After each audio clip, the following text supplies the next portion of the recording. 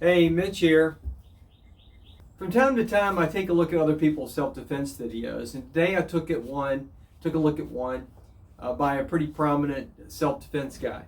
Hands coming into your face. And there was a lot of good stuff in the video, all of which I agreed with, except for one detail.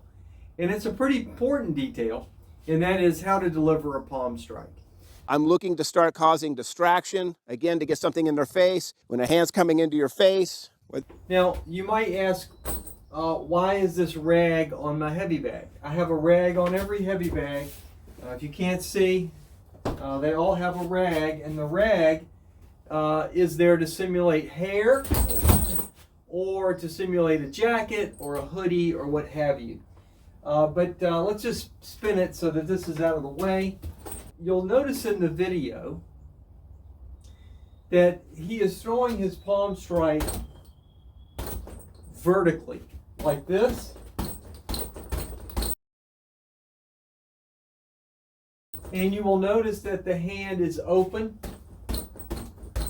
Now I'm wearing gloves because, again, it's 32 degrees in here. I'll just take them off for a minute. Wow, you can really see my breath. When you throw these things, if you throw them open fingered, this again, look, I appreciate when people have some martial arts training. I think it's great. And I think it's wonderful when people have some self-defense and prevention training. And I think this guy clearly has some because his advice overall is pretty good.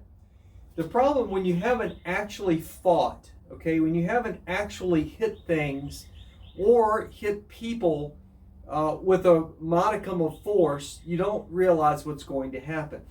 When your fingers are separated and your palms are up, two things are going to happen. You're going to dislocate your fingers and you're going to get hit in the face. But you must turn your palm. You must not strike this way. You must turn it at least at a 45, if not all the way over. It's not going to telegraph anything. If you're in this position, if you're in a defensive posture, and you're trying to say, look, I don't want to fight right now. I'm sorry, I didn't mean to offend you, and you're just trying to make space and get out of there. It doesn't cost you any energy or any telegraphing to close those fingers up and strike with your palms turned. Now, why is that so important? Please watch this arc. Now imagine that you are going to throw a big right cross at my face, okay? Can you see this opening? When I strike this way on either side, then this arc is totally open to a right cross or a left hook. But if I throw this way, immediately I'm closing up those angles and protecting my face with my strikes. Roll your hand over. Now, look, I've talked about this so much it drives me nuts. It's the same problem with vertical fist. If vertical fist worked, then boxers would use it and there would be a heavyweight champion of the world who punched vertically. That's never happened. And it's never happened because anyone who punches vertically gets punched in the face very, very hard because the opening is still here for the counter. That's why everybody rolls their fist, or at least anybody who knows how to throw a punch rolls the fist over. Now, I encourage you to do the same thing when you throw your palm strikes, and that you keep your fingers together.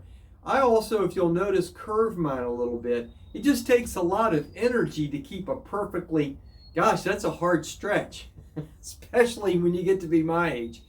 Leave your fingers a little bent, it's fine. And then just, you can be here, hey, look, I don't want any trouble, whatever. And then bang, bang, throw those palms this way with your fingers closed and your thumbs pulled in. Throwing them with your hands open is a recipe for dislocated fingers. I've dislocated both thumbs.